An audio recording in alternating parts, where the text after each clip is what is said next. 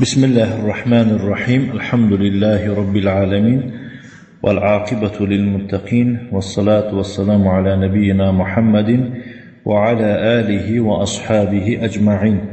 أما بعد، فنتابع درسنا من كتاب التفسير المسمى بتيسير الكريم الرحمن في تفسير كلام المنان لفضيلة الشيخ العلامة عبد الرحمن بن ناصر السعدي رحمه الله تعالی. اینک ما درس‌های خود را دوام می‌دهیم از کتاب تفسیر به نام تیسیر الکریم الرحمن، آیدی تفسیری کلام المنان از آن شیخ علامه عبدالرحمن بن ناصر سعدی، الله حق سبحانه و تعالی این کس را رحمت کرده باشد. صاحب تفسیر می‌فرماید رحمه الله: ولما ذكر جزاء الكافرين، وقت الله تعالی جزا و پاداش کافرها را ذکر کرد، ذکر جزاء المؤمنین، جزای مؤمنها هم پاداش مؤمنها را نیز در دوامش ذکر میکند که ویها اهل الاعمال الصالحات، مؤمنهایی که ویا اهل اعمالی یا که صاحبان اعمال صالح می باشند. کما هی طریقته تعالی فی کتابه، خیلی که این اسلوب و سنت الله تعالی است در کتابش. وقتی که یک جا درباره کافرها ذکر میکند، فوراً بعدی او مؤمنها را ذکر میکند، یا که درباره مؤمنها ذکر کند، درباره کافرها ذکر میکند. این طریقت الله است در کتابش که یجمع بین الترغیب و ترهیب. الله سبحانه و تعالی یک جایه کرده ذکر میکند میانی آن کارهای را که یا که آن حادثه های را که انسان چیکار میکند، هوسمند میگرداند یا که میهراساند. فهمیدید؟ انا همین آیتی که حال وعدت للکافرین گفتیم، این ترهیب شده است. اکنون بعدی ترهیب ترغیب میکند. لیکون العبد راغبا راهبا، تا اینکه بنده ای که همین کتاب الله را میخواند در هوس باشد و در برابری در هوس بودن باشی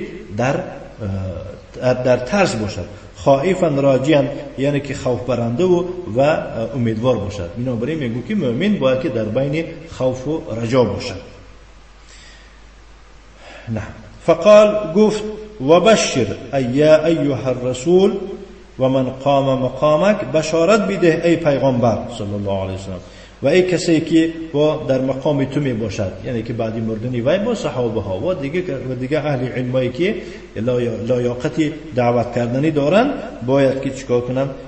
یعنی که بشارت بده. گفت الذين آمنوا بقلوبهم، اون کسانی که به قلبهاشون ایمان آوردن، و عملوا الصالحات بجوارحهم، به عضوهای خود عملهای شایسته را به جا آوردن. فصدقوا ایمانهم فصدقوا ایمانهم باعمالهم الصالحه، یعنی ایمانشان را با اعمال صالح چیکار کردن؟ تصدیق کردن، موافق کردن. این خیلی که ما ایمان آوردیم گفتم به قلب، اما به عضوها با یگو عمل نکنن.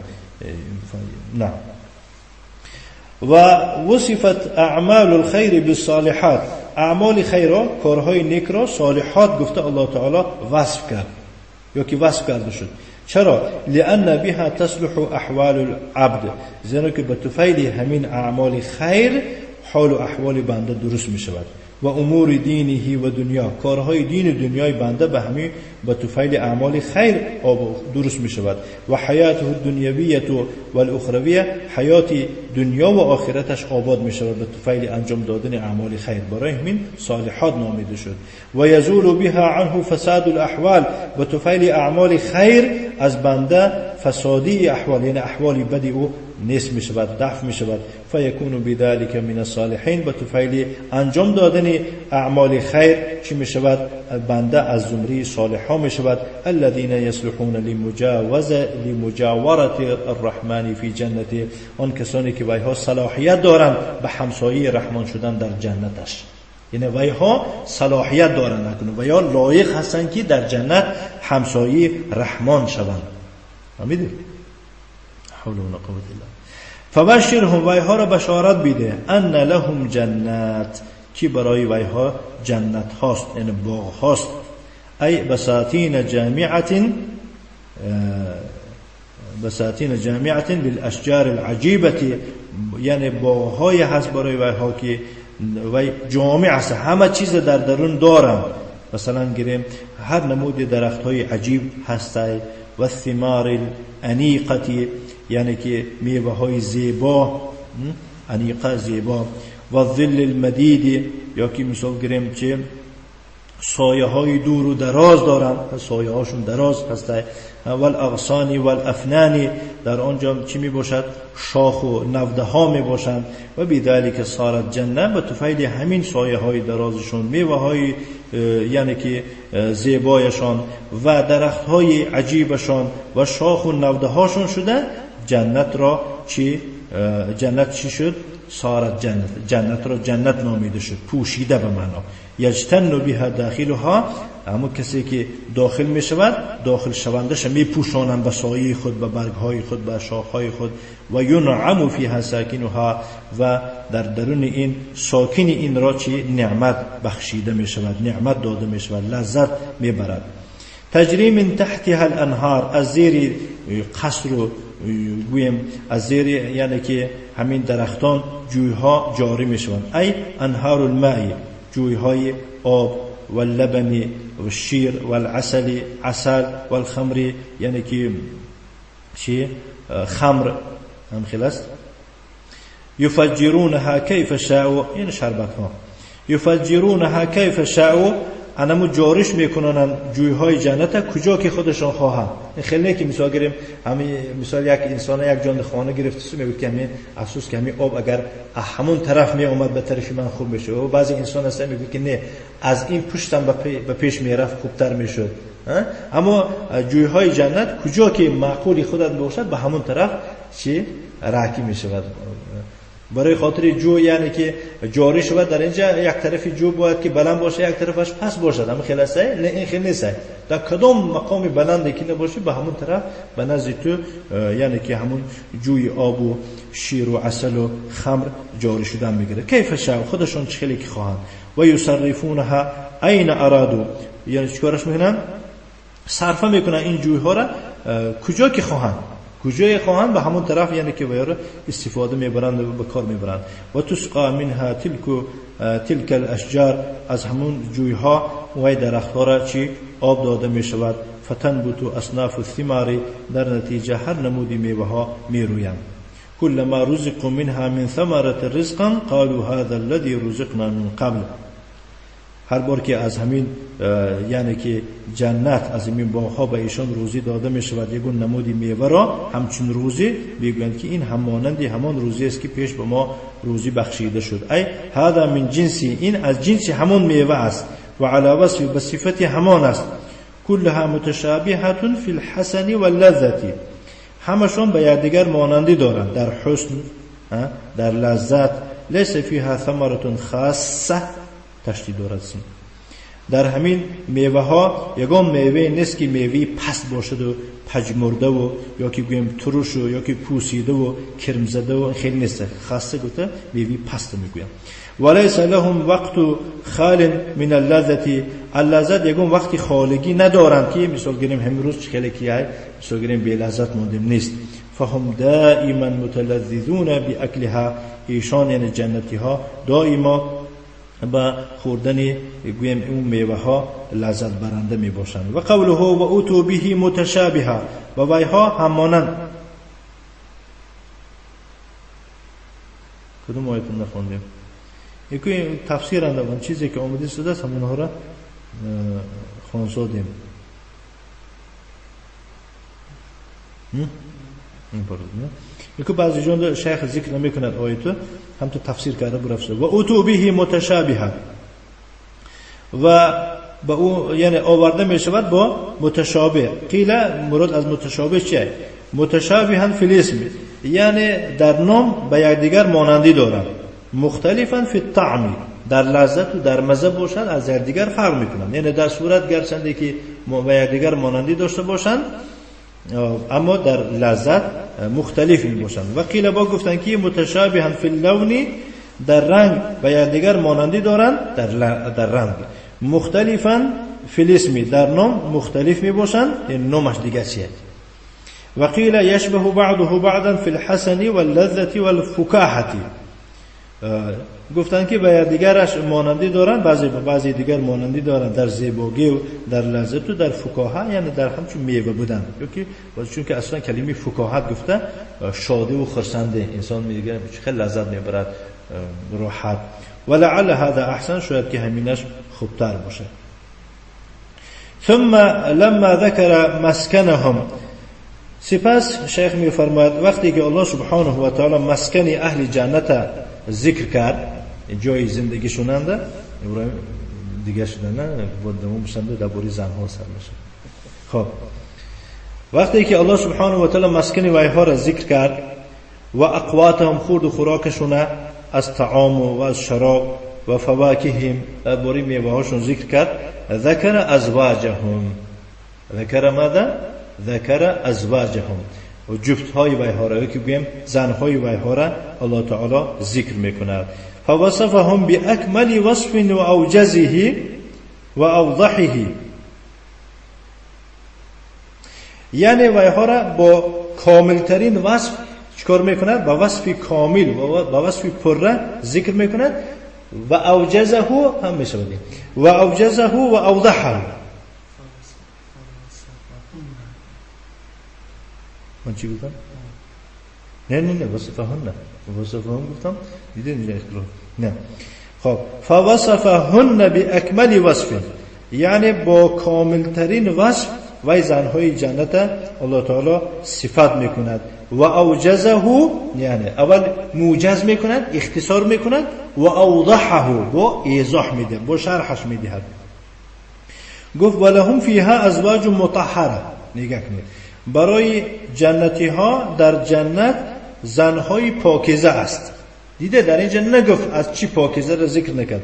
فلم یقل مطهره من العیب الفلانی، الله سبحانه و تعالی نگفت که زنهای هستن که وایها از فلان عیب چه پاکیزه است. مثلا از غیابی، از درشت زبانی، بعضی زنان خیلی سعی که زبونش قطعه یعنی که میبرده خیلی نگفت همین آره. برای چی؟ لیشمل جمیع انواع التطهیر، تا اینکه در بر گیرد تمام نمودی پاکیزگی را. الله سبحانه و تعالی نصیب کند اول برای زنهای خود ما چنین صفات ها را. فهن مطهرات الاخلاق، زنهای جنت در اخلاق پاکیزند. مطهرات خلقی، در آفرینش هم پاکیزند. در آفرینش می‌بینیم مثلا گیریم در آفرینش مثلا یگون جایی ندارن که مثلا گیریم در خلق ناپاک باشن، مثلا گیریم یگون یره داشته باشد، یگون عرق داشتگی باشد، یگون چیزای ناخوش. مطهرات اللسان، در زبان پاکیزه هستند، دویم از دهنشون زبان چی سخن شیرین میبرد. مطهرات الابصار، دیده هاشون پاکیزه. فاخلاقهن، هم خیلی اخلاقشون انهن عرب متحببات الى ازواجهن. نگاه کنید وایها همسن سال می باشند، جوان می باشند، نسبت شوهراشون دوستدار می باشند. بالخلق الحسن، با اخلاق پسندیده، و حسن تبعلی، و با سبب یعنی مثال گیریم نکو زن و شوهری کردن. تبعل گفته از کلمه بعل، میدید با سبب یعنی که نکو زن و شوهری کردن نسبت شوهراشون چی خیلی هم خوب می باشن، دوستدار می باشن. والادب القولی والفعلی، و با ادب سخنی و فعلی، یعنی فعلان و قولا و ها یعنی ادب رعایت میکنن. و مطهر خلقهن من الحیض والنفاس والمنی، و آفرینش وایها هم پاکیزه است. مثلا گیریم یعنی در آفرینش وایها پاک هستند، مثلا از حیض، از نفاس، از منی هم یکی از این چیزای ناخوشه آخرم خیلی. والبول یعنی که پیشاب، و الغایط یعنی که نجاست، والمخاط از بینی میبرم دیگه فستش میگن چی میگن. والبصاق یعنی که مثلا گیریم اینم آبی دهان، آبی بینی، هر چیزی که میگن. والرائحه الکریهه، بوی های ناخوش دیگه رکسون در کار نمیشه، فهمیدید؟ برای خاطر یعنی که وای بو رو گم کرده همش توزن. و مطهرات الخلق ایضا، خلق ایضا، در اخلاق هم ایشون پاکیزه هستند. بی کمال الجمالی، یکی خلق هم شدنش ممکن به سبب در جمال خیلی پره هم یگون یعنی که اسم کسی و مثال گیریم دیگه پودر و حاجت نیست. فلیس فیهن عیب، در واهی ها یگون نمود عیب نیست. ولا دمامت خلق دمامه گفته زشت رویی را میگویند، یعنی در آفرینش یگون زشت نیستن گویم که مثال گیریم سرش سفید شده یا که گویم مثال گیریم روش پرمیت شده است، این خیلی نیست. بل هن خیرات حسن، بلکه ویها خیلی هم زیبا و خوب و نکوه هستند. مطهرات اللسان و طرفی، در زبان پاکیزند، در چشم پاکیزند. قاصرات طرفهن، مثلا گیریم چشمشان چی؟ چشمانشان فقط چی؟ با شوهرای خودشان چی قصر، یعنی که محدود کرده شده هستند که زنی مردی بیگانه را دیدگی نیستن. فهمیدید؟ مردهای بیگانه را دیدگی نیستن. و قاصرات السنتهن عن کل کلام قبیح، یعنی که زبانهاشون نگه داشته شده است از تمام سخنهای قبیح و بیزید. نعم. ففي هذه الآية الكريمة، در این آیه کریمه، ذکر المبشری یا که مبشر و المبشر به نگاه کنید. در همین آیه کریمه ما میبینیم که الله سبحانه و تعالی ذکر میکند المبشر را، بشارت دهنده را، و مبشر را و بشارت داده شده را، و المبشر به و همان چیزی که نسبت همان بشارت داده شده است. هر یک کدامش میگه و سبب الموصل لهذه البشاره، و سبب را نیز الله تعالی ذکر میکند که این سبب برده به این بشارت میرساند. فالمبشر، شخصی بشارت دهنده را ذکر کرد الله تعالی. یعنی در همین آیات ما باید که بفهمیم که بشارت کی میدهد. هو الرسول صلی الله علیه و آله و سلم، این پیغمبر صلی الله علیه و سلم است. و من قام مقامه من امته، و کسی که با در مقام او میباشد از امتش. و المبشر، مبشر کیست؟ هم المؤمنون العاملون الصالحات، و اینها مؤمن های هستند که عمل صالح میکنند. بشارت به همین ها آمده است. خب و المبشر به، با کدام چیز ایشان را بشارت داده شده است؟ یعنی که همون تحفه که برای اینها داده شده می شود از چی عبارت می باشد؟ هی الجنات الموصوفات بتلك الصفات، این همان جنت می باشد که با اون صفات ها وی را وصف کرده شده است یا که وی ها را. و سبب الموصل لذلك، اكون کدام سبب است که برده به این نعمت می رساند؟ هو الایمان و العمل الصالح، این ایمان است و عمل شایسته است. فلا سبیل الى الوصول الى هذه البشاره الا بهما، یگان راه نیست که انسان رو درسد به این بشارت مگر با همین دو، ایمان و عمل صالح. ایمان و عمل صالح. و هذا اعظم بشاره حاصله على يد افضل الخلق، این از همه بزرگترین بشارت است که روی میدهد به دست این افضل خلق، بی افضل الاسباب، با بزرگترین سبب ها. یعنی افضل خلق کیه؟ محمد صلی الله علیه و آله و سلم. از همه بزرگترین سبب چیه؟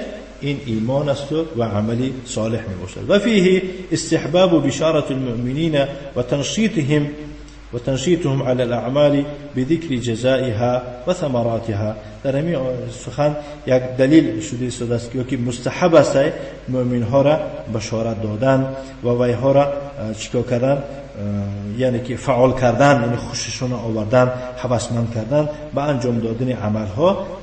کدام وقت انسان مؤمن ها رو ما میتونیم که وی ها هوسمند شوند به عمل کردن، به ذکر کردن جزای عمل گفتن در کار، ثمره میوه این عمل چی است؟ مثلا پیش از اون که اکثر نماز اول ثمره نماز گفتن در کار، چه ثواب الله آماده کرده برای نمازخوان‌ها، برای زکات میدادگی ها. فانها بذلك تخف و تسهل، به سبب ذکر کردن همین جزای اعمال، ثمره های عمل برای اشخاص چی میشوند؟ همون عمل یا که بگیم همون بله عمل ها سبک و آسان میتابند. فهمیدید؟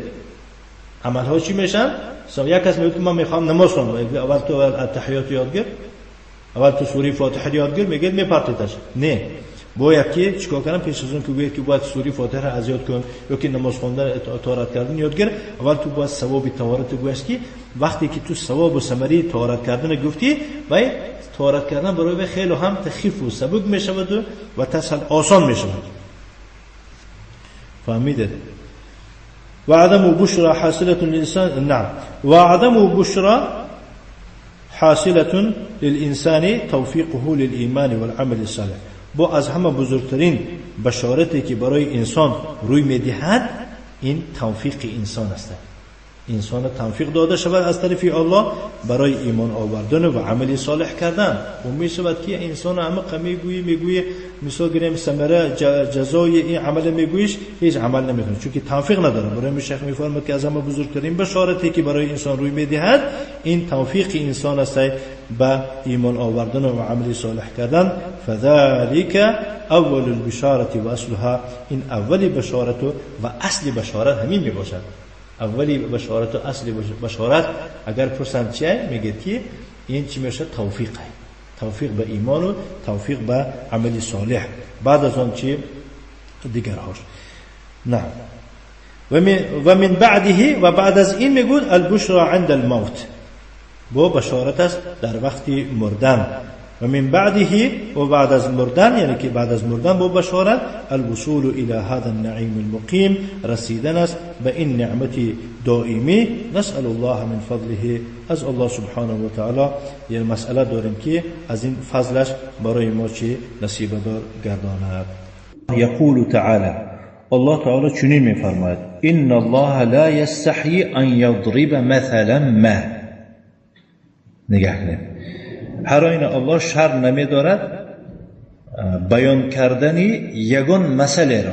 نگاه کنید همین مثلا ما یگان مثال یعنی مثلا یک کس میگوید که هاتی کتابا یک کتاب بیار و میگوید که ای کتاب میگوید که کتابا ما چی کتابی که نباشد دفترا ما کدام دفتری که نباشد قلما ما یعنی کدام قلمی که نباشد.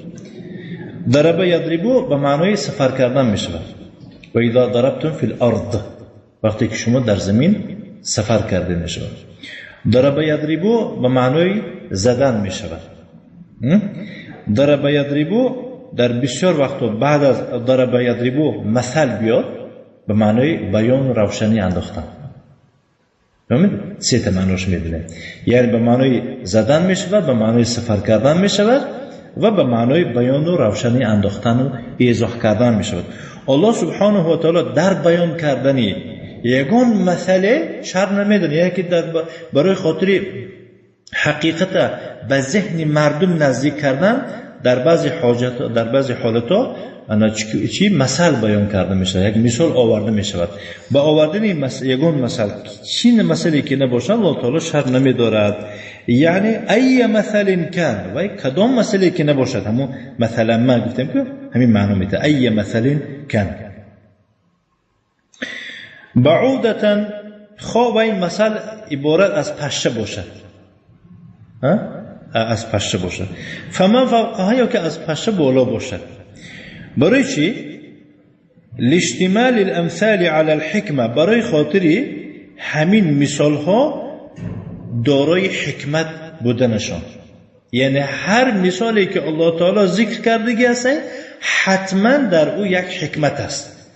مادامی که وی دارای حکمت باشد بیان کردن او جای عیبش نیست. گفتگی و ایضاح الحق یعنی لایضاح الحق برای چی الله سبحانه و تعالی شر نمی‌دارد کدام مثالی که نباشد بیان کردن آن را خواه پشه باشد خواه اپش بالا باشد خواه پایان باشد یعنی کمتر باشد و بیشتر باشد از برای خاطر بیان کردن یا که روشنی انداختن حق.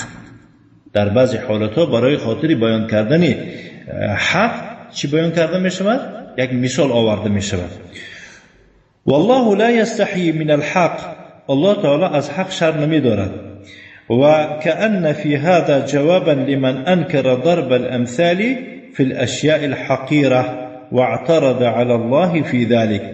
خودی که در همین یک جواب شده ایستاده است در همین سخن ان الله لا يستحي ان يضرب مثلا ما بعودة فما فوقها خودی که در همین یک جواب یک رد شده ایستاده است برای کسی که بیان کردن مثال ها را انکار کرده باشد در چیزهای حقیره. یعنی پشه چیزی است که الله تعالی وی در قرآن ذکر کند تارتنک چیزی است که الله تعالی در قرآن او را ذکر کند مرچه چیزی است که الله تعالی وی را در قرآن ذکر کند بعضی چیزای حقیره، چیزای نظر ناگیر. بعضی انسان گویا که اعتراض کرده است به الله در همین، یعنی در همین مثال گویا که اعتراض کرده است، این جواب اومده است. فلیس فی ذلک محل اعتراض، در این یعنی در بیان کردن مثل جای اعتراض نیست. یگون جای نیست که وای در قرآن یگون چیزی آمدگی نیست که وای موردی چی باشد؟ اعتراض باشد. بل هو من تعلیم الله لعباده و رحمته بهم، بلکه این همچون تعلیم دادن الله است بندگانش را و مهربانی و رحمت الله است نسبت بندگانش. فیجب ان تتلقى بالقبول و الشکر، باید که این گونه مثال ها را همچون قبول کرده شود و همچون شکر کرده شود. فهمیدید؟ تتلقى اینها را یعنی با قبول و با شکر باید که قبول کرده شود مثال های الله را، زیرا که اینها هم تو به حکمت نیستند. ولی هذا قال، برای خاطر همین یکی از حکمت های بیان و روشنی انداختن این مسائل ها را الله تعالی بیان و روشنی می اندازه، میگه که مثلا یکی از این حکمت ها از این است که فاما الذين امنوا، ایمان آوردگی ها، فیؤمنون انه الحق، ایمان می آورند که این مثل حق است. از کجا آمده است که اینا میگن حق است؟ من چی گفتم؟ نه فیعلمون انه الحق، یعنی حق بودن این را میدانند که من ربهم، از جانب پروردگارشان است. میدانند که این حق است از جانب پروردگارشان. فیفهمونها، این مسائل ها را میفهمند. و یتفکرون فیها، در این مسائل های الله بیان کردگی چیکار میکنند؟ تفکر میکنند.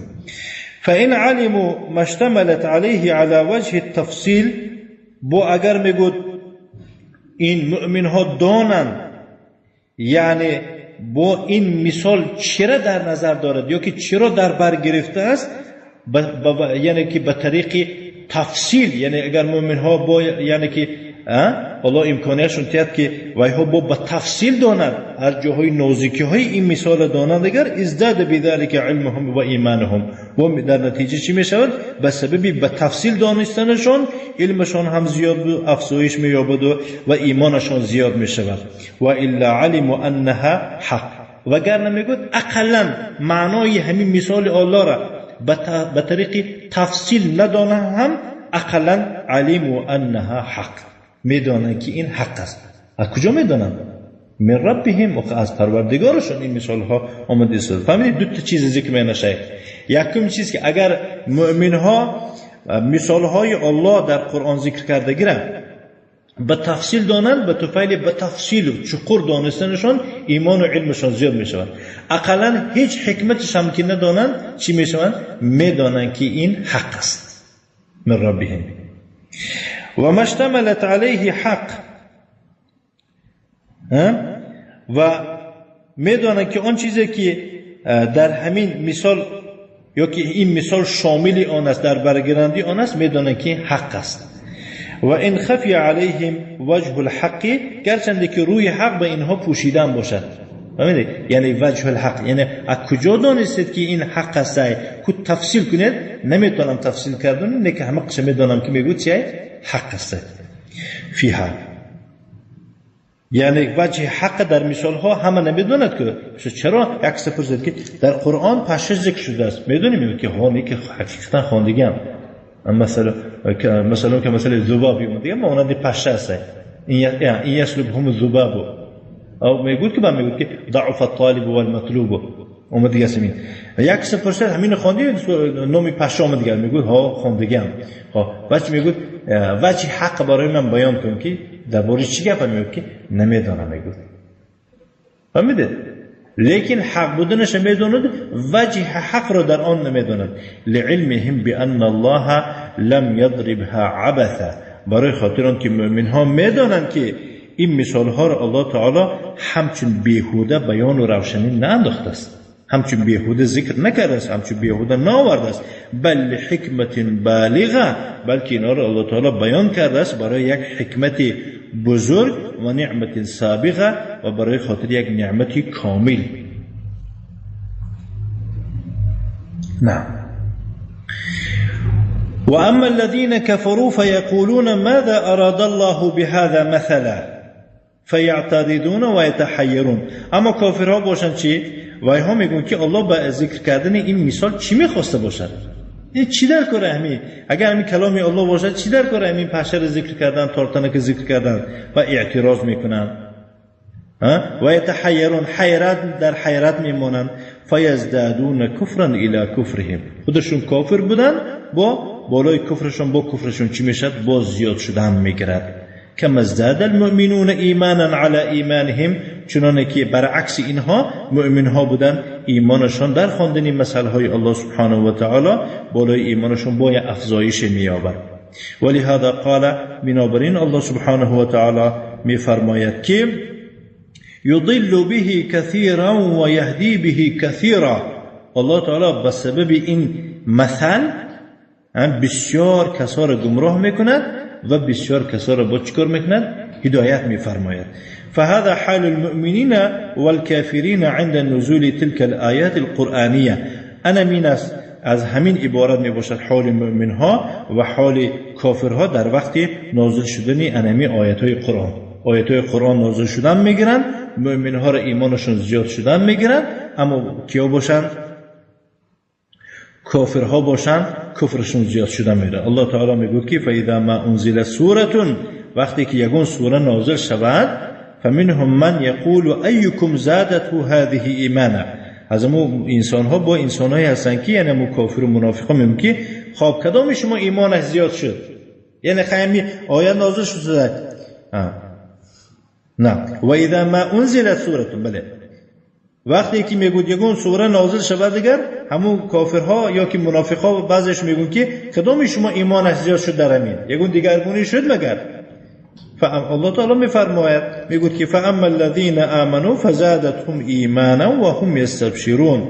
اما مؤمنها باشن ایمانشون زیاد میشوند و خودشون خرسند میشوند. هر بار که آیه نازل شود همین قدر چی شاد و خرسند میشوند، بشارت مییابند. و اما الذين في قلوبهم مرض، اما کسانی که در قلبشون بیماری است، نفاق است، کفر است، دورویگی است، فزادتهم رجسا الى رجسهم. هم خلاص فزادتهم رجسا الى رجسهم، یعنی به همون پلیدیشون با یک پلیدی دیگه زیاد میشود. و ماتوا و هم کافرون، ایشان کافر میمیرن، در حال کفر میمیرن. فلا اعظم نعمة على العباد من نزول الآيات القرآنية. یگان نعمتی بزرگه، یگان نعمت نیست که وای بزرگ باشد بالای بندگان از کدام نعمت؟ از نعمتی نازل شدن آیات قرآنیه. فهمیدید؟ و مع هذا تكون لقوم محنة و حیرة و ضلالة و زیادة شر الى شرهم. با وجود این نعمتی بزرگ بالای بندگان میبینید که با برای قوم در نزول آیات چی؟ زحمت ها میشود، مشقت، مؤمنان را عذاب میدهند، غم میدهند، در حیرت میمونه بعضی کسا، در گمراهی میافتن بعضی کسا، شرشون زیاد میشود به شرشون، یعنی بالای بدیشون با یک بدیشون زیاد میشود. ولی قوم منحتن، با برای یک قوم چی میشود؟ منحه، یا عطا میشود برای مؤمنها و یا رحمت میشود. و زیادت خیر الی خیرهم، یعنی که علاوه شدن خیر به خیرشون، یا که ایمانشون به ایمانشون زیاد میشه. فسبحان من فاوت بین عباده، بسیار پاک است اون ذاتی که فرقیت انداخته است بین بندگانش، یعنی کاری کرده است که بین بندگانش این بندش از وی بندش با فرق میکند. و انفرد بالهدایت والاضلال، پاک است اون ذاتی که در هدایت کردن شخصی هدایت یافته و در گمراه کردن شخصی گمراه شده الله تعالی خودش تنها است. یعنی که یگانه ذاتی که کسی را خواهد هدایت میکند، کسی را خواهد گمراه میکند، همون ذات خودش تنها بوده است. ثم ذکر حکمته و عدله فی اضلاله من یضل. بعد از آن الله سبحانه و تعالی ذکر میکند حکمتش را و عدالتش را در گمراه کردن کسانی را که گمراه میکند. میفرماد که فقال و ما یضل به الا الفاسقین. به اون مثال الله همه را گمراه نمی کند بجز فاسقانه، فقط فاسقان یعنی که گمراه میکند.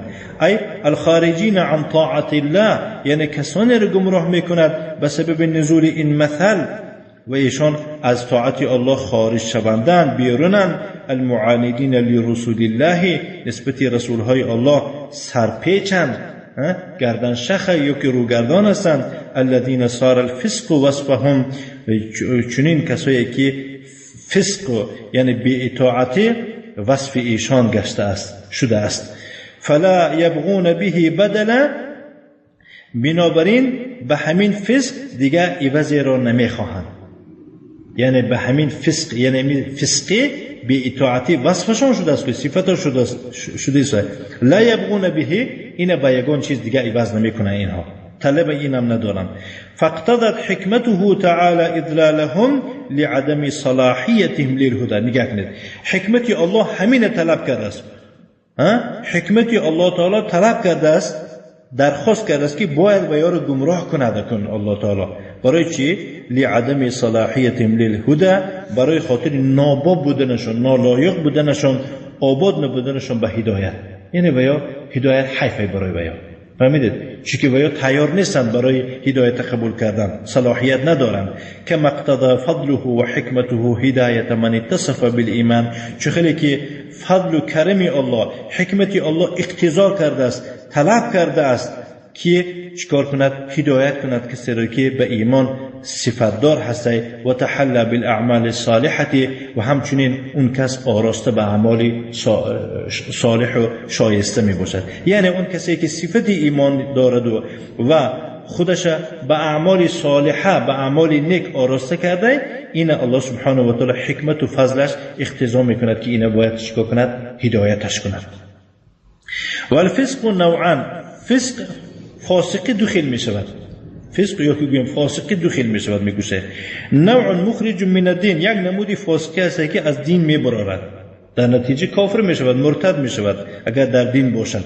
و هو الفسق المقتضی للخروج من الایمان، و چنان فسق یعنی که فاسقی را میگن که این اقتضا میکنه به برآمدن ایمانش برآمد می شود. كالمذكور في هذه الآية ونحوها، و مانند فسقی که در همین آیت ذکر شد و مانند این در دیگه آیات هم آمده است. و نوع غیر مخرج من الایمان، و یک نمود فاسقی است که انسان باید سراسیمه نشود که نباید بود که از ایمان برآمده است این کس. کما فی قوله تعالی، چون که در قول الله تعالی آمده است که یا ایها الذین آمنوا ان جاءکم فاسق بنبأ فتبینوا الآیه. ای کسانی که ایمان آوردید، اگر ما با ناگاه من از شما یکون فاسق یکون خبر بیارن، اون خبر انیخ کنید، سراسیمه شده، از سراسیمه گیره یکون حکم نبرارید، یکون جواب ندهیتون که چون که این فاسق است. یعنی یک کسی هست که مثال گیریم ضعیف ایمان است، از ضعیف ایمانش بین شماها خبر بیاره کرده، شاید که مثال گیریم انیق نباشد، شاید نادرست باشد. یعنی این فسق درباره چی؟ این فسق همه آدمی خبر آوردگیر الله تعالی فسقش گفته، فاسقش گفته است، لیکن این اون فسق نیست که باید چیکار کنه؟ از ملت اسلام براره. ثم وصف الفاسقین، فقال بعد از اون همون نوع یکم را، یعنی فاسقانی که از ملت اسلام برآمدگی هستند و یاره صفاتاشون نقل میکند، الله تعالی ذکر میکند و میفرماید که فقال الذين ينقضون عهد الله من بعد میثاقه، یعنی فاسقایی که عهد الله را، عهد و پیمان الله را بعد از با قوت بستن، یعنی سخت بستن اون عهد، در برابری یعنی با قوت بستن این عهد چیکار کردن؟ عهد میشکنند. و هذا یعم العهد، این عهد عمومی است. یعنی این جنده عهد الله گفتن، این عهد عمومی رو میگن. الذي بینه و بین ربهم، مثلا فاسقایی که مثال گیریم اون عهد رو شکستن که وای عهد بین خودشون بود و بین پروردگارشون بود. والذی بینه و بین الخلق، وای مثلا گیریم اون عهد بود که بین وای ها و بین خلق ها. یعنی فاسق نه فقط حق الله رو پایمال میکنه، فاسقایی که از ملت اسلام برآمده هستند و حق الله رو پایمال میکنه، حق خلق هم ویران میکنه. الذي اكده عليهم بالمواثيق الثقيله والالزامات، این چنان حق می باشد که الله سبحانه و تعالی بالایشون تاکید کرده است، یعنی به چیکار کردن؟ با عهد و پیمانی وزنین و الزامات، یعنی لازم قرار باید که شما این رعایت کنید. گفته لازم گردان دیگه است. فلا یبالون بتلك المواثیق، اما این فاسقای خارج شونده از ملت اسلام باشند پروای این عهد و پیمان ندارند. بل ینقضونها و یترکون اوامره و یترکون النواهی. بلکه چی گفتن؟ چی؟ باید ابتکمونه؟ بله. خب ثم بل ینقضونها، بلکه اینها باشند عهد و پیمان الله را میشکنند و یترکون اوامره، امرهای الله را ترک میکنند و یرتکبون نواهی، و منع کرده هاش چیکار میکنند؟ یعنی دست میزنند. و ینقضون العهود التي بینه و بین الخلق، و اون عهدی رو که بین ایشان و بین خلق میباشد و یارم چیکار میکنن؟ به سبب یعنی که امرهای الله را مثال گیریم پایمال کردن، نهی هاش منع کردگیش به جا آوردن و که کنار میشدن، چیکار میکنن؟ به خلق هم مناسبتی خوب نمیکنن. و یقطعون ما امر الله به ان یوصل، و قطع میگردانند آنچه را که الله تعالی امر کرده است به او پیوست شدن را. مثلا گیریم الله تعالی گفته است که باید شما علاقه را کنده نکنه، اینا چیکار میکنن؟ علاقه را کنده میکنن. خب علاقه خشتباری باشد، خب مثال گیریم اون علاقه باشد که مثال گیریم محمد صلی الله علیه و سلم بیگانه نیست نسبت یهودی ها، بیگانه نیست. و هم یکی اسم مثال گذشتگانی و مثال گیریم اسماعیل باشد، اگر پدر کلانی و اسماعیل پسر ابراهیم است، چخیلی که سلسله یهودی ها از اسحاق و دیگه پیغمبر باشه، یعنی اسحاق اسماعیل هر دو دادر اکو هستند، باید اینا چه علاقه خشتباری را رعایت کنند، اما اینها باشند قطع میگردن. و هذا يدخل في اشیاء کثیره، یعنی این قطع صله در بسیار چیزا داخل میشه و میگوشه. فان الله امرنا ان نصل ما بیننا و بینه بالایمان به. میگه شیخ چیکار میکنه؟ شرحش میده. مثلا الله سبحانه و تعالی ما را امر فرموده است که ما پیوست گردانیم اون چیزی که بین ما و بین الله است، اون چیزی که الله تعالی بین ما و بین خود قرار داده است، ما باید که این چیکار کنیم؟ اینا پیوست گردانیم. این پیوستی بین ما و بین الله به چی میشود؟ بالایمان به، باید که به الله ایمان آورده شود. و القیام بعبودیت، عبادت الله را به جا آوردن، که عبودیت الله را به جا آوردن یعنی همه عبادت صرف برای او صرف کردن. و ما بیننا و بین رسوله، و اون عهد رو که یا که گویم اون علاقه رو که بین ما و بین رسول الله می باشد، خب باید که ما چیکار کنیم؟ این علاقه رو رعایت کنیم. بالایمان به، با چی میشود؟ این با ایمان آوردن به پیغمبر میشود. و محبته، باید نسبت اون محبت داشته شود. و تعزیره، باید که او را چه طرفداری کرده شود، طرفداری کردن حدش کرد. و القیام بحقوقه، باید حق و حقوق اون پیغمبر رعایت کرده شود. و ما بیننا و بین الوالدین والاقارب، یا که مثال گیریم اون علاقه رو که بین ما و بین والدین و بین خویشتبار می باشد، و اصحاب بین یار و دوستان می باشد، و سایر الخلق، و دیگه با خلقا. این به اینها با چی می شود؟ بالقیام بحقوقهم التي امر الله ان نصلها، با چی می شود؟ به انجام یا که به بجا آوردن حق و حقوق ویها، یعنی حقوق والدین، حقوق خویشاوندان، حقوق یار و دوست و برادران، حقوق دیگر مردم دور و نزدیکی که الله سبحانه و تعالی ما را امر فرموده است با پیوست شدن اونها. فاما المؤمنون فوصلوا ما امر الله به ان يوصل من هذه الحقوق، اما مؤمن ها باشند واقعا ایشان پیوست گرداندن آنچه را که الله تعالی پیوست شدن چیکار کرده است؟ امر فرموده است. من بیان میکنم مثلا این حقوق، یعنی مؤمن ها باشند در حقیقت این حقوق به جا آوردن، حق الله را به جا آوردن، حق پیغمبر، حق والدین، حق زن و شوهر، حق فرزندان، حق خویشتبار، حق همسایه ها را، حق عمومی مسلمان ها را، حق غیر مسلمان ها را، حق ولات امور، همه این حقوق مؤمن ها به جا آوردگان. و قاموا بها اتم القیام، به طریق پر و یار به جا آوردگی هستند. و اما الفاسقون، اما فاسقا باشند، فقطعوها، همه این حقوق چیکار کردن؟ قطع گردانیدن، بریدن. و نبذوها وراء ظهورهم، همه این حقوقی که ذکر کردم الان اینها را پس سرشان پرتافتند. برای چی؟ معتاضین، هم کلمه معتاضین عنها بالفسق، یعنی این حقوق را با فسق عوض کردن. فهمیدید؟ یعنی معتاضین یعنی این حقوق عوض کردن به چی؟ به فسق. یعنی که این یعنی یا که گویم این علاقه را چیکار کردن؟ پرتافتن و به عوضش فسق را گرفتن. والقطیعه یعنی بریدن قطع را عوض گرفتن. والعمل بالمعاصی، عمل به کارهای معصیت به عوض آن گرفتن. و هو الافساد فی الارض، مراد از معصیت چی بوده؟ یعنی در زمین فساد را در نظر دارد، در زمین ویرونی فساد کردن دارد. فاولئک ای من هذه صفت، انا همین هایی که صفتشون چنین می باشد، هم الخاسرون، اینها هستند زیان بینندگان فی الدنیا و الاخرت، در دنیا و آخرت. فحصر الخسارة فیهم، نگاه کنید الله سبحانه و تعالی خاری را یا که گویم زیان را در اونها خاص ذکر کرد. حصره به معنای اینجا چیه؟ یعنی که صرف در ویها ذکر کرد، یعنی اینها هستند نه غیر اینها زیان بینندگان در دنیا آخرت. گفته اینا به عباره چیه؟ حصر. زیرا که نگاه کنید اولئک الخاسرون نگو، وقتی که بینه که در بین مبتدا خبر با ضمیر شأن داخل شوند یا که ضمیر منفصل داخل شوند، فاولئک هم الخاسرون لا غیرهم میشود. در دنیا آخرت زیان کردگی اینها هستند نه غیر اینها میشود. فهمیده؟ لأن خسرانهم عام في كل احوالهم، زیرا اینکه خسارت ویها، زیان ویها عمومی است در تمام حالت اینها. یعنی حالت دنیوی هم یعنی که دنیاشو خراب شده است، حالت آخرتشون هم چیه؟ یعنی که خراب شده است، زیان کرده. لیس لهم نوع من الربح، یگون نمودی فایده ندارن بگیم که فلان چیز فایده کردن این کافران. نه. لأن كل عمل صالح شرطه الإيمان. نگاه کنید، چون که کل عمل صالح یکم شرطش ایمانه.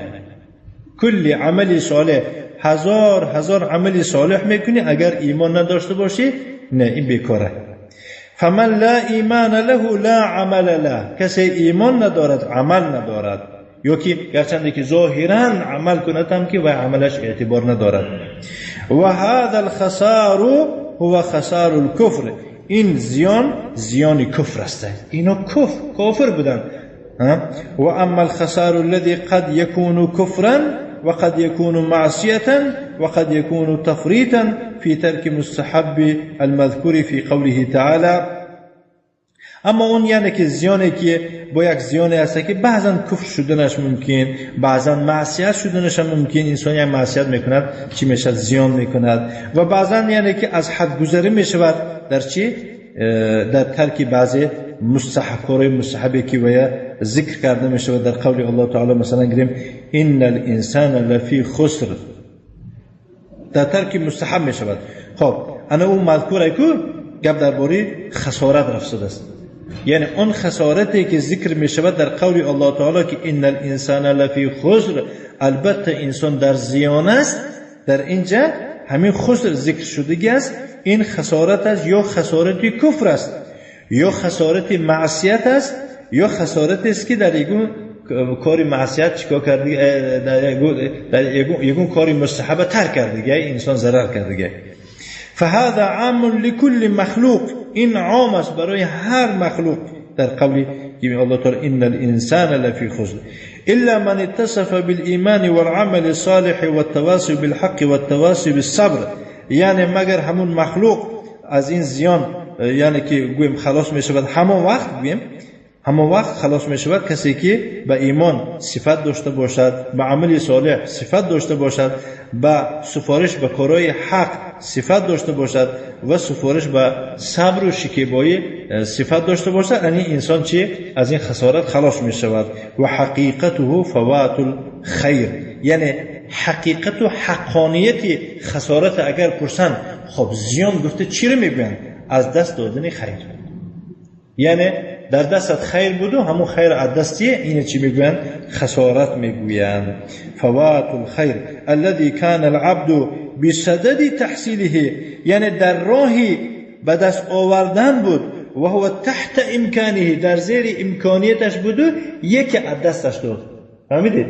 انمین خاری میگفت یک انسان همین در تگی دستش بود، باید گفتیمش که گیر، حالا با میگیرمش، یا خود گیرش این میرود، حاضر میگیرمش. گفت یکی دیر کرد که بیند که علاقه دیگر کسی او رو گرفته مونه. این چی میگن؟ یعنی امکانیت در زیر دستش بود و چیکار کرد؟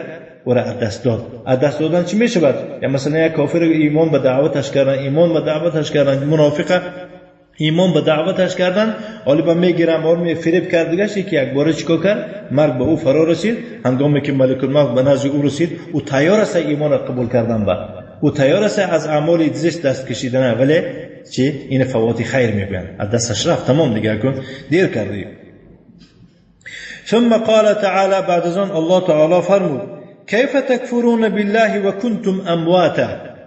چخیل شما با الله باور نمیکنید، با الله باور نمیکنید، یعنی شما کافر میشوید با الله و حالا که شما مرده بودید. فاحیاکم، شما را زنده کرد. ثم یمیتکم، با میمیراند شما را. ثم یحییکم، با زنده میگرداند. ثم الیه ترجعون، بعد از آن به نزد الله برمیگردید. هذا استفهام بمعنى التعجب والتوبيخ والانكار. این استفهام، این پرسیدن، الله نپرسیده شما چخیل کافر میشوید با الله منتظر باشد که باید که جواب بگوید؟ نه، این استفهام به معنای تعجب. من تعجب میکنم که شما چخیل کافر میشوید با پروردگارتان. نه، یا که این سرزنش دیده و دانسته شما چخیل، یعنی که بمینه، یا که این کار استفهام این کارم میشود، نباید شما با الله کافر شوید میشود. فهمیدید؟ استفهام تنکیر معناش هم میشه این کار میگه نباید شما با الله کافر شوید. چخیل کافر میشید که شما را زنده گردانید؟ ای کیف یحصل منکم الکفر بالله، از شما کفر به الله چخیل صادر میشود؟ الذی خلقکم من العدم، و ذاتی که شما را از نیستی آفرید کو، و انعم علیکم باصناف النعم، هر نمود نعمتاش برای شما ارزانی بخشید کو. ثم یمیتکم عند استکمال آجالکم، با شما را میمیراند در وقتی که مهلت شما به کمالات رسیدن، یعنی که اگر در تقدیر شما 70 سال عمر نوشتگی باشد دیگر، همین به کمالات رسیدنشان شما را میمیراند. و یجازیکم فی القبور، بس شما را جزا و پاداش میدهد، جزاتون میدهد در قبر. ثم یحییکم بعد البعث و النشور، بعد از زنده گردانیدن، بعد از جمع شدن از قبر برخیستن، شما را زنده میگرداند. ثم الیه ترجعون، سپس شما به سوی الله برمیگردید. فیجازیکم الجزاء الاوفا، بعد جزای پرتون در آخرت میدهد. فاذا کنتم فی تصرفه و تدبیره و بره و تحت اوامره الدینیه و بعد ذلك تحت، وقتی که شما میگو مادامی که در زیر تصرف او باشد، در زیر تدبیر چاری او باشد، در زیر احسان و نیکی های او باشد، در تحت امرهای دنیوی او باشد. امرهای دنیوی او یعنی که الله تعالی وقتی چی مثال گریم باران گفت که رز، در امو باران شما را فایده برده، تحت اوامری دینی بوده. ما چی گفتم؟ معذرت، ما برای کلام توحید ربوبیت گفتم. یا در زیر امرهای دینی او بده. الله تعالی وقتی که همه را امر کرد، شما را در تحت امر داخل میشده، لیکن شما قبول نکرده. همین خیلی در تحت امرهای دینی الله شما هم داخل بده. وقتی الله تعالی گفت که یا ایها الناس اعبدوا ربکم الذی خلقکم، شما را هم گفته بود الله تعالی. و بعد ذلك تحت دینه الجزائی، بعد از آن شما یعنی که در زیر یعنی که دین که به معنای جزا هست، جزا را هم گفته بود شما را که جزای نیکی این است، جزای بدی آن است. افیلیق بکم ان تکفروا به، آیا کن لایق است که شما با این ذات کافر شوید؟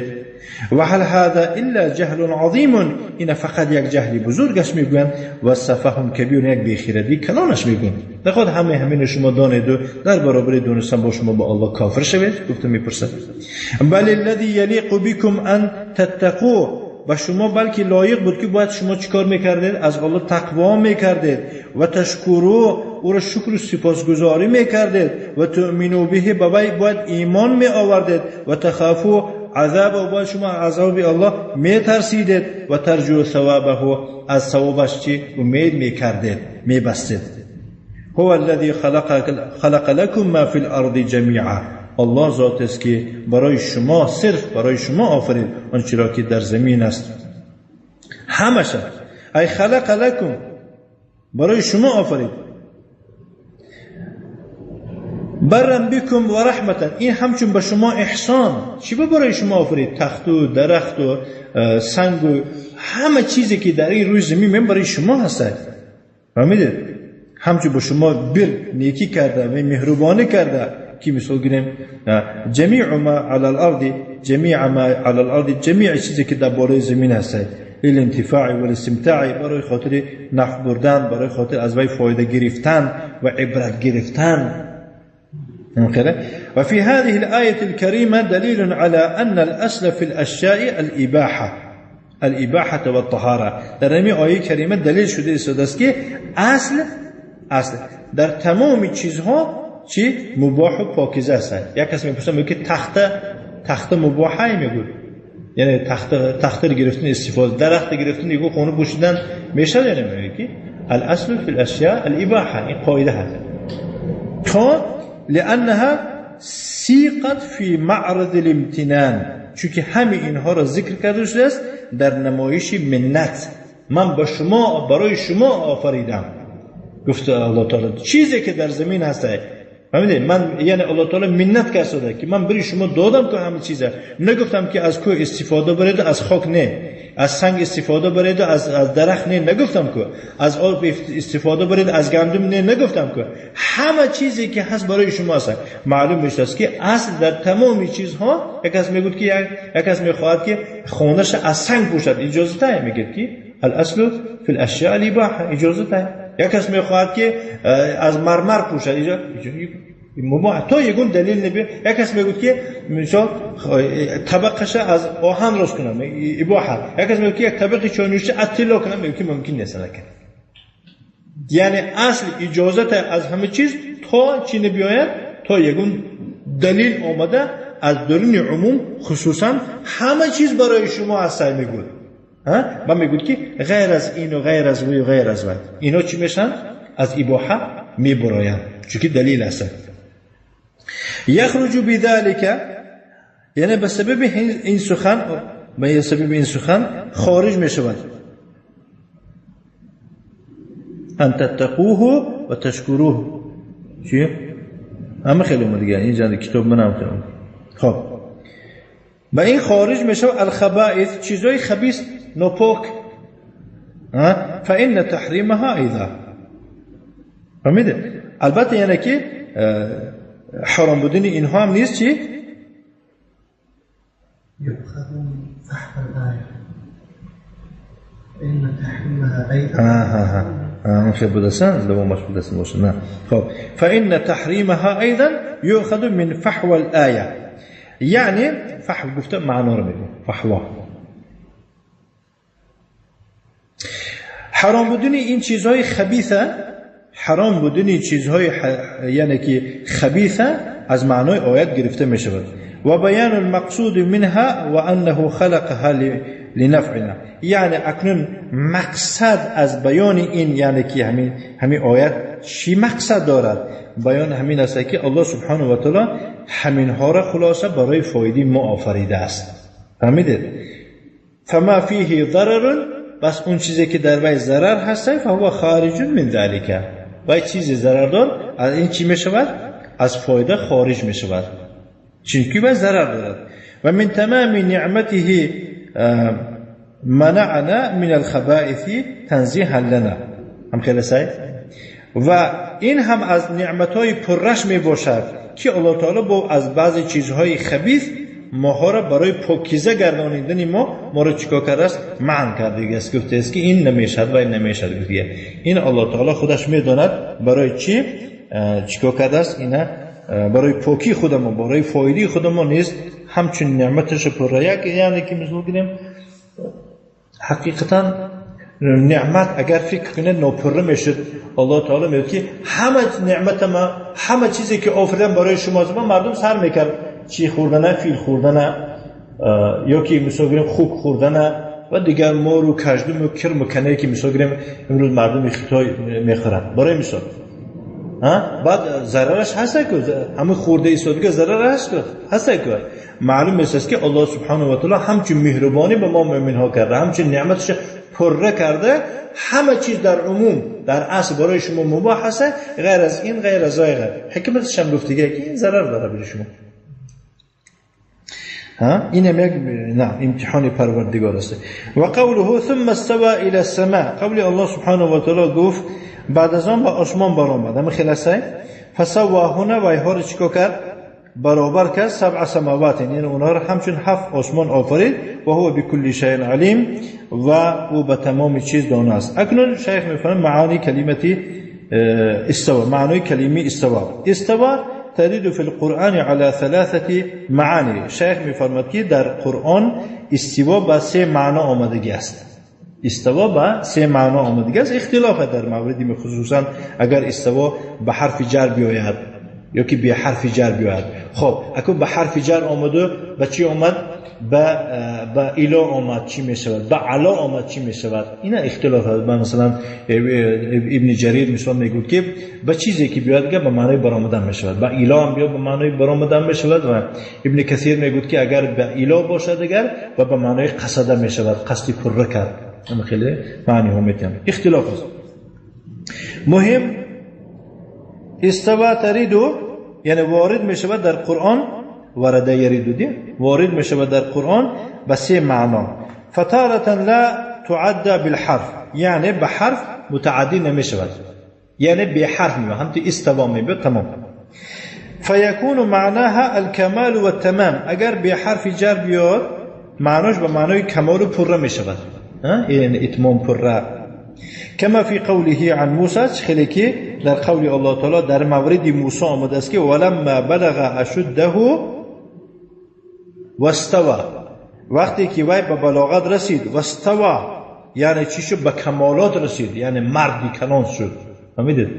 مردی که شد که وی دیگه نیک و بد فرق می‌کردگی به قوت شد، به کمالات رسید. و تارة تكون بمعنى على وارتفع، على يعلو به معنای علو، بالا شدن، بالا برآمدن. ارتفع بالا برآمدن میشود. و ذلك اذا عديت بعلى، این وقتی که به حرف جر علا متعدی شود. كقوله تعالى الرحمن على العرش استوى، رحمان بالای عرش برآمد. لتستووا على ظهره، تا اینکه شما چی گفتم؟ نه على ظهوره، بله. لتستووا على ظهوره، تا اینکه شما بالای یعنی که تخت پشتی او برآید گفته. این هم اومده گفت. و تارة تكون بمعنى قصد، و بعضا به معنای یعنی قولی ابن کثیر گفته شده است به معنای یعنی قصد می شود. کما اذا عدیت به علاج، اگر به معنای یکی گویم به حرف جر الا متعدی شود. کما فی هذه الآیه، خیلی که در این آیه است. ای لما خلق تعالی الارض، وقتی که الله تعالی زمین آفرید، قصد الى خلق السماوات می شود. همین دیگه است که بعد از آن به آفرینش آسمان ها قصد کرد، یعنی که قصد به آفرینش آسمان ها. یعنی که اینجا به گفته شیخ گفته شده است که وقتی الله تعالی زمین آفرید، بعد از زمین آفریدن بعد آفرینش آسمان را سر کرد. همین معنی گفته است. همین فسواهن 7 سماوات، که ویها را 7 آسمان کرده آفرید. فخلقها و احکم، و یا را در نتیجه آفرید، اونها را محکم آفرید، یعنی سختشون کرد. همین خیلی است. و اتقنها، اینها را به قوت به یگون نقصان و یا را و درجه به اتمام رسانید. و هو بكل شيء علیم، او به همه چیز توانا است. فیعلم ما یلج فی الارض، الله میداند در زمین چی داخل می شود، و ما یخرج منها، و از زمین چی خارج می شود، و ما ینزل من السماء، و چی از آسمان می بارد، و ما یعرج فیها، و چی به آسمان می بارد، همش الله میداند. و یعلم ما تسرون و ما تعلنون، اون چیزی را که شما پوشیده میکنید، اون چیزی را که شما آشکار میکنید، الله میداند. و یعلم السر و اخفا، خلاصه یعنی که پوشیده و مخفی را میداند. و کثیرا ما يقرن بين خلقه و اثبات علمه، كما في هذه الآية. بسیار وقتا الله تعالی بین آفریدنش و بین یعنی اثبات علمش الله تعالی یک جای ذکر میکنه. بعد خلق اومد و هو بكل شيء علیم گفت، و هو بكل شيء علیم، یعنی بعد از آفریدن زمین و آسمان ها سی علمش ذکر کرد. كما في قوله تعالى الا يعلم من خلقه، آیا نمیداند آن کسی که مثال گیریم آفرید و هو اللطیف الخبیر و باریک بین و خبردار است. لأن خلقه للمخلوقات ادل دلیل على علمه و حکمته و قدرته، زیرا که خلقها را آفریدن الله تعالی، یعنی الله تعالی همین خلقها را آفرید، مخلوقات آفریدنش، این یک دلیل پره هست به علم او، یعنی که دلیل شده است که وی کسی میتواند آفرد و علم دارد و حکمت دارد و قدرت دارد. خلاصه یعنی که من تحت همین استوا قول شیخ عثیمین در کتاب شرح العقیدة الواسطیه لشیخ الاسلام ابن تیمیه، خیلی که شیخ عثیمین از کتاب 2 مجلده صفحه 384 میفرماید که فهل معناها كالاولى المعدات، یعنی که اگر استوا میگود استوا با اله آیت ثم استوى الى السماء فسواهن 7 سماوات با اله آمد کرد، اگر میگود همین با اله متعدی شود، این آیا مانند همون با علا متعدی شد که همین خیلی میشد معناش، یا که معناش دیگر میشد. فیها خلاف بین المفسرین، گفت شیخ عثیمین، در بین اهل تفسیر اختلاف آمدگی است، خلاف آمدگی است. منهم مثلا بعضی اهل تفسیر که من قال گفت ان معناهما واحد، معنای هر دو یک خیلی است، خب به اله باشد خب به علا باشد. و هذا ظاهر تفسیر ابن جریر رحمه الله، این ظاهری چه تفسیر ابن جریر رحمه الله میشه. فمعنى استوى الى السماء ای ارتفع الیها، یعنی بعد از زمین آفریدنش چیکار کرد؟ بالای آسمان برآمد، گسترده است، بالای آسمان نه بالای عرش برآمد، بالا برآمد.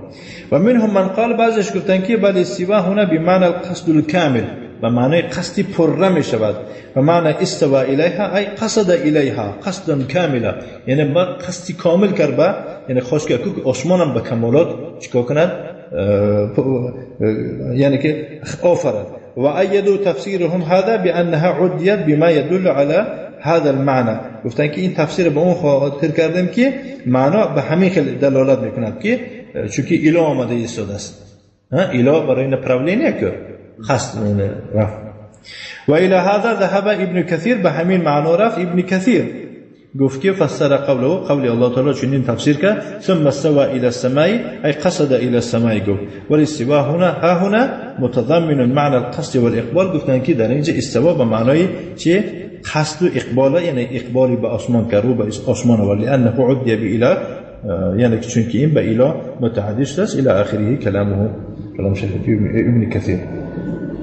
به همین یعنی که میگم کفایت میکنیم، زیرا که وقتی نماز جمعه هم شده است. و صلی اللهم و سلم علی نبینا محمد و علی آله و اصحابه و سلم تسلیما مزیدا و جزاکم الله خیرا و بارک الله فیکم.